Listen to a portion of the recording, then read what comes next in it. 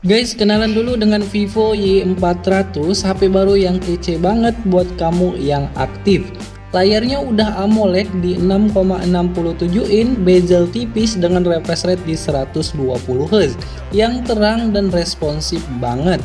Desainnya tipis, flat, dan varian warnanya tuh cakep-cakep.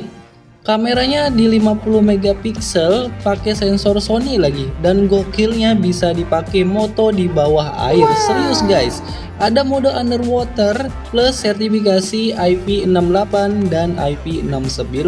Kuat diajak nyelam sampai 6 meter selama 30 menit. Buat performanya ditenagai Snapdragon 685 yang dipadu RAM 8GB plus extended RAM sampai 16GB.